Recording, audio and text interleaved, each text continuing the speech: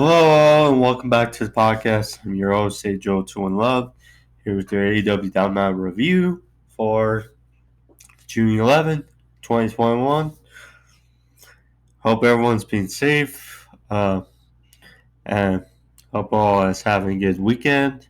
As once again, AEW was preempted and will be for the remainder of the month.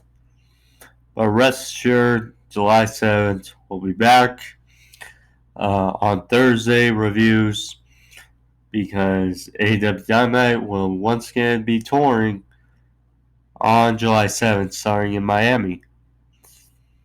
But prior to that, I wanted to. So, the review was fine.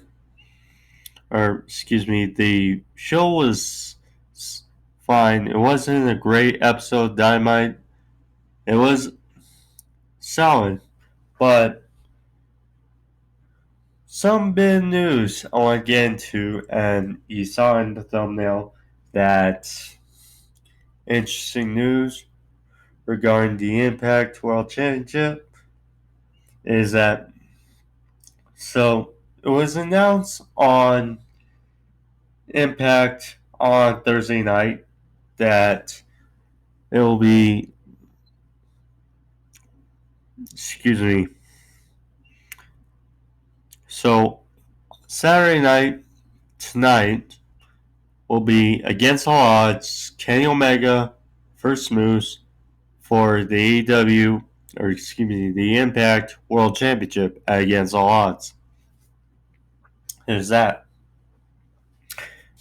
And I think everyone expects Kenny Omega will win that match. I don't see Moose walking out with the Impact World Championship. Nonetheless, Scott D'Amore announced that the winner of the match, which will more than likely be Kenny, July 17th, Slammiversary for Impact. It'll be Kenny Omega versus Sami Callihan, which should be a very, very fun match. Now, Sami Callihan will face the winner of Kenny Omega, most likely be Kenny Omega, and that should be a hell of a match. Slammiversary was the first time in a long time. Impact will have fans again, so that should be interesting. So that's a little bit of news on get forward to. Once again, if you're new to the podcast, like and subscribe. Almost forgot. Clicking on the bell for all your notifications as far as reviews, as far as to topics is concerned. So thank you. And now let's get into the review of AEW Dynamite, shall we? So the show started off with Christian Cage versus Angelico. So Matt Hardy was out there. He was with TH2, the hybrid, talking about Christian Cage, talking about how they enlisted the help of TH2. So that's interesting. So Christian Cage then versus Angelico. Short match, but saw it for what it was. You know, when Angelico is a pretty good professional wrestler. Whereas Christian Cage, he's still getting on track with these wins, putting them together. Obviously, the bigger thing is the feud between Matt Hardy and Christian right now. So, nothing much. Kill switch by Christian Cage for the win. Afterwards, he was attacked by Matt Hardy, and then Jungle Boy came in for the save after. So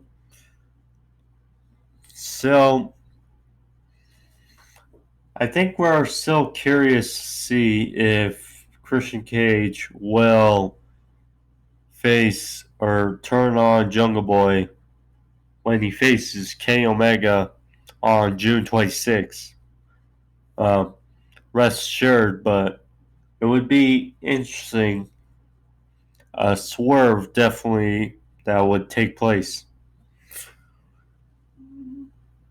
So that was a nice way to start the show. Then we had Cody Rhodes come out, interviewed by Tony Schiavone, but interesting announcement. So it was announced that next week we'll have a debut. So next week it'll be Cody Rhodes versus Aaron Solo and QT Marshall, that he's calling himself. Either way, it doesn't matter. But with a debuting partner, which will be Brock Anderson, the son of legendary The Enforcer, Arn Anderson. So they're out, father-son, with Cody. They had some words with Tony Schiavone. And then interrupted by QT Marshall. Anyway, so he came out. They made some words between Cody and Marshall, or Marshall. It doesn't really matter. But then they talked about a strap match between the two. And it was announced later the show that July 7th, their first show back on the road in Miami, will be the strap match between Cody and QT Marshall. So they announced that, and then so Cody was taking off his belt and saying, "Why not we do a strap match right now?" So Marshall retrieved for a bit, and then while their backs were turned, Marshall whipped Arn Anderson in the back with his belt, and thus he was taken down by his son Brock, and a little bit of wailing on offense for Brock, and then referees and officials came out to separate them. So I'm intrigued because Brock, he looks a bit like his father, and he also looks, for you NFL fans, he looks like Greg Olson. I would say definitely a mix between the two. I would say between his dad and Greg Olson. So that's funny, but it's going to be interesting to see how Brock does against Solo and Marshall next week. So then we had six-man tag team match. We had Eddie Kingston, Pac, and Pentagon versus the Young Bucks and Brandon Cutler. So this is kind of gimmicky, but solid match. So the majority of this match was Brandon Cutler getting beat up on by Pac, Penta, and Eddie Kingston.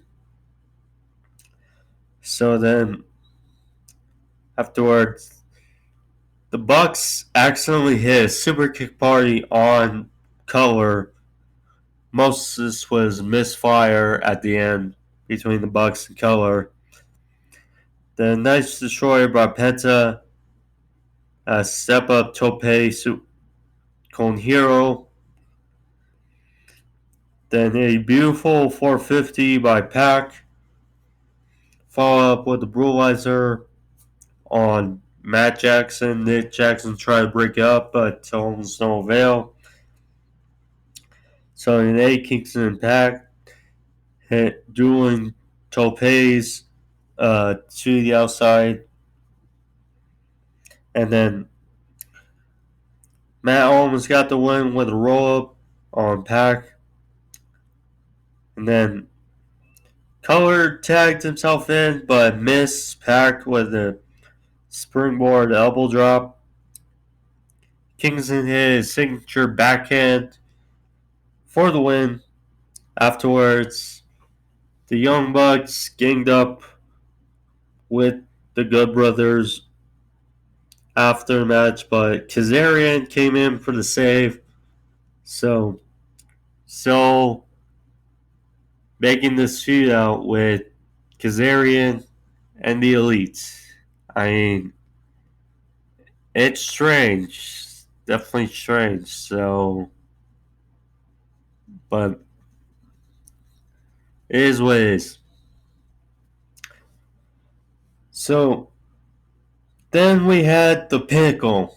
So they came out. They arrived to Dave's place in their limo. So they came out to the ring. So obviously they weren't happy after what happened at Double or Nothing with Same Stampede. So FTR, they praised Santana Ortiz, saying they both came up from almost the same, having nothing. And then they talked about how maybe Santana Ortiz have lost their edge the last few years, seeing how they've never been tag team champions since being in AEW. Obviously, FTR last year they beat Hangman and Omega for the titles. So there's that. So they accepted because the individual challenges laid out by the Inner Circle last week. So they accepted Santana Ortiz's challenge for a match. Showing Sean Spears, he ran down Sammy Guevara. He was obviously upset how Sammy had his moment at Sean Spears' expense at Double or Nothing, and he was upset at how Jericho called him the hero of the match, and Spears just kept bullying Sammy Guevara. So next thing, Wardlow took the microphone, and then he ran down Hager, talked about how Hager is probably obsessed with him, probably needs him.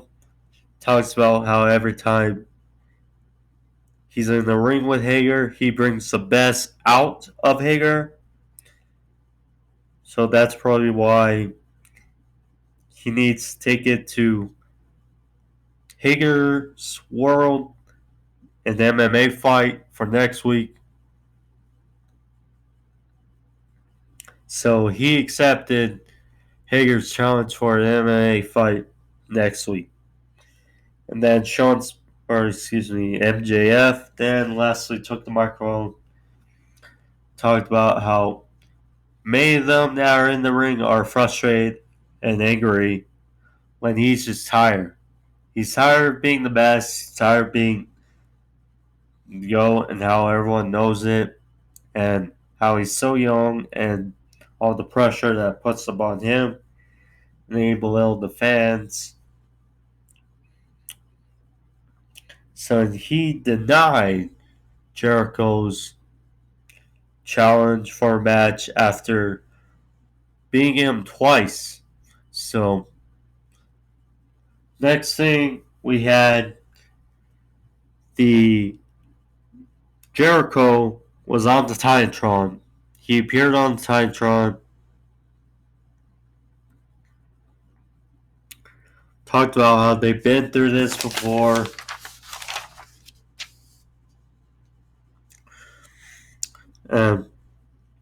They know what happened when the Pinnacle says no. So,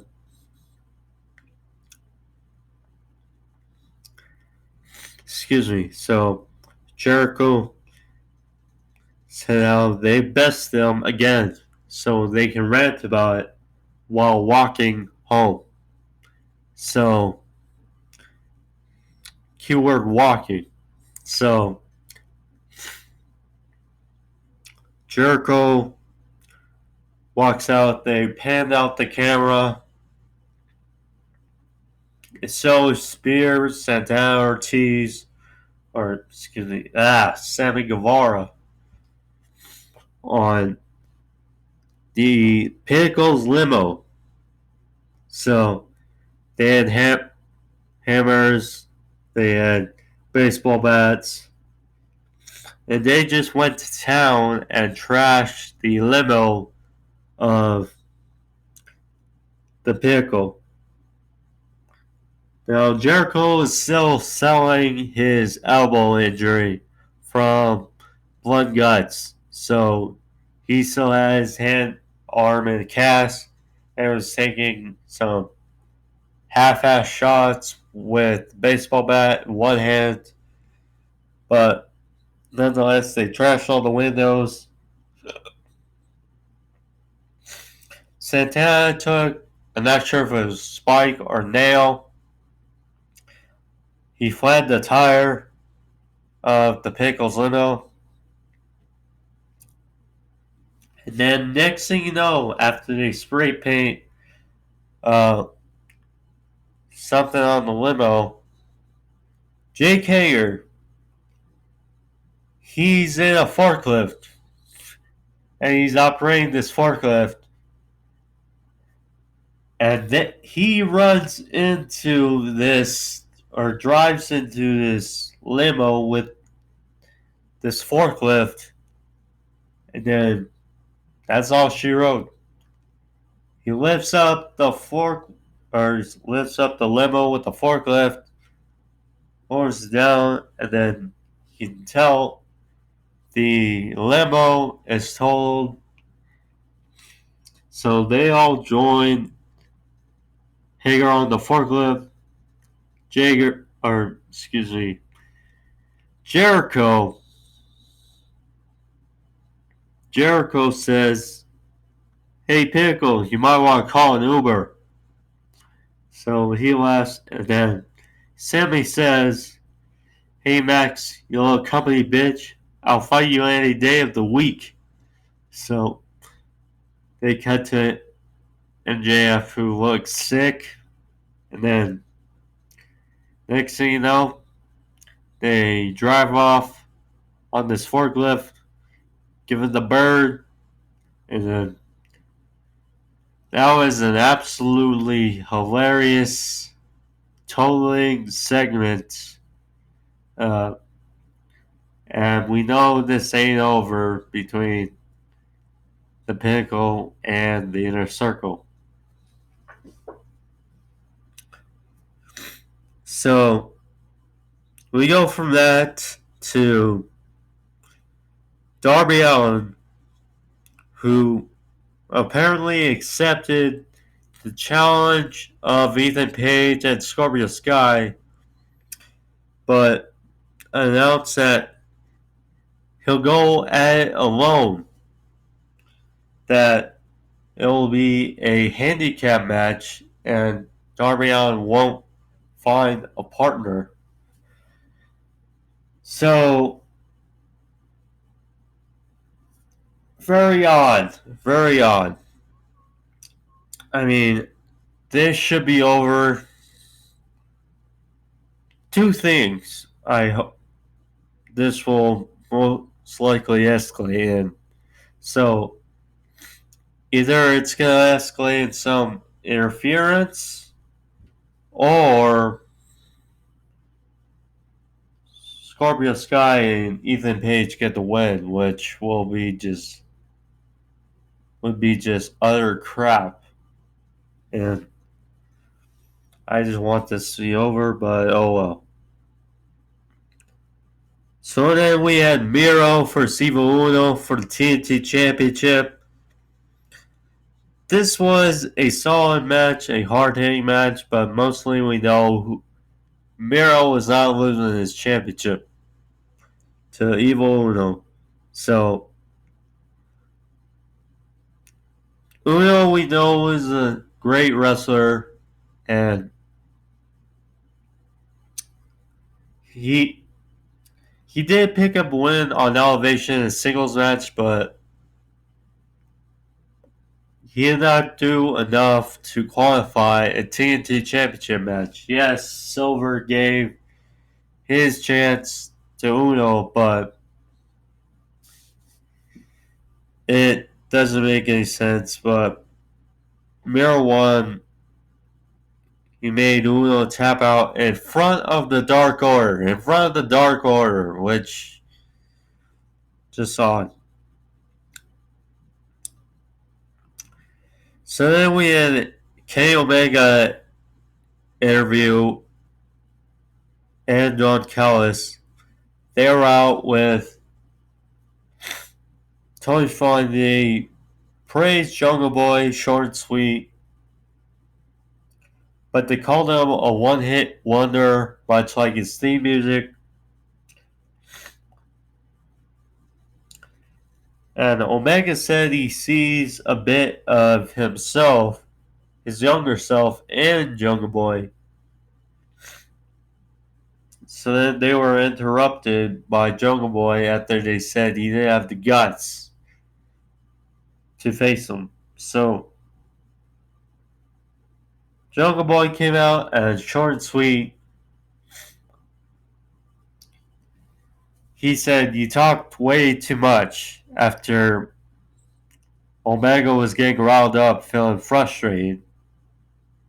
So then there was a little back and forth between Jungle Boy and Omega. Jungle Boy was about to lock on the snare trap, but the Young Bucks came in to save Kenny Omega. So, a little bit of exchange between the two by saving the top moves before the match on June 26th. So, good and good. So then we had Lance Archer versus Jobber, short and sweet, blackout for the win. He came out, did his damage, and left. Simple as that. I mean, not much to say. I'm just frustrated at how misutilized Lance Archer has been. He's so with Jake Roberts. I mean, he should be a champion by now, but it's just frustrating with Archer. So then right after that, we had Nyla Rose, who's number 3 in the rankings versus number 5 in the rankings, Leyla Hirsch. Leyla Hirsch, she's shown improvement weeks ago. She hit a nice moonsault on Rose for a 2 count. It was kind of sloppy kick out. And then Nyla Rose hit Avalanche Beast Bomb for the win. I mean, you kind of figured Nyla, with what happened with her breaking up Britt Baker's championship ceremony, that we kind of figured this is going to be the outcome. So then we get to the main event. We got Hangman and Dark Order's number 10, aka Preston Vance, versus Powerhouse Hobbs and Brian Cage. Solid way to end the show. I mean, but more and more we've seen the dissension of Brian Cage and Team Taz. So Team Taz looked like they were on the cusp of a win. So Powerhouse Hobbs held up 10, and Ricky Starks threw the FTW Championship in the ring at Brian Cage, telling him to use it on 10. But like Double or Nothing, Brian Cage denies using the belt. And then this frustrated Ricky Starks. He got up on the apron yelling at Brian Cage, and he slapped him in the face, which this obviously angered Brian Cage, and Ricky Starks retreated, being chased after Brian Cage. So it was basically a handicap match at this point. So Hobbs hit a nice spine buster on 10 for a near fall, but numbers gave caught to Hobbs. Then was a ripcord cutter by 10, followed by buckshot lariat by Hangman for the win. And 10 gets the victory this time around. So interesting, good for 10, good for Hangman, gets the win. The dissension now with Brian Cage and Team Taz is really gone tenfold. I mean, Brian Cage by himself, and as a babyface, it's going to take time to get used to, but especially with his physique, he looks more like a heel, so it's going to be very strange to see how he does on his own.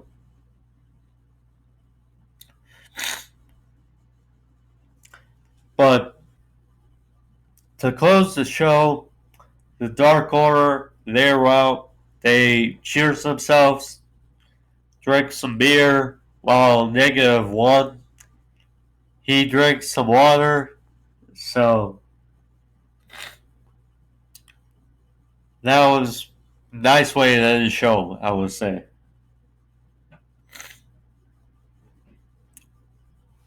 But that was a review. I would say solid show.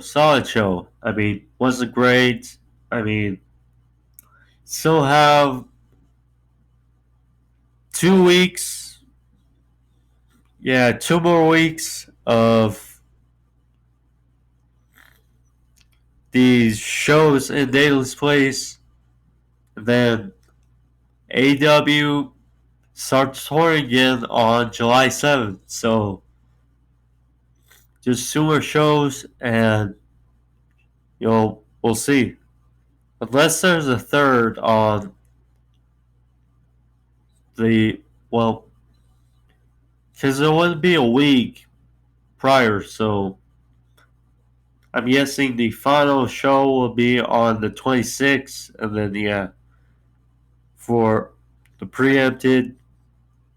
So yeah, but again, solid news about Kenny Omega.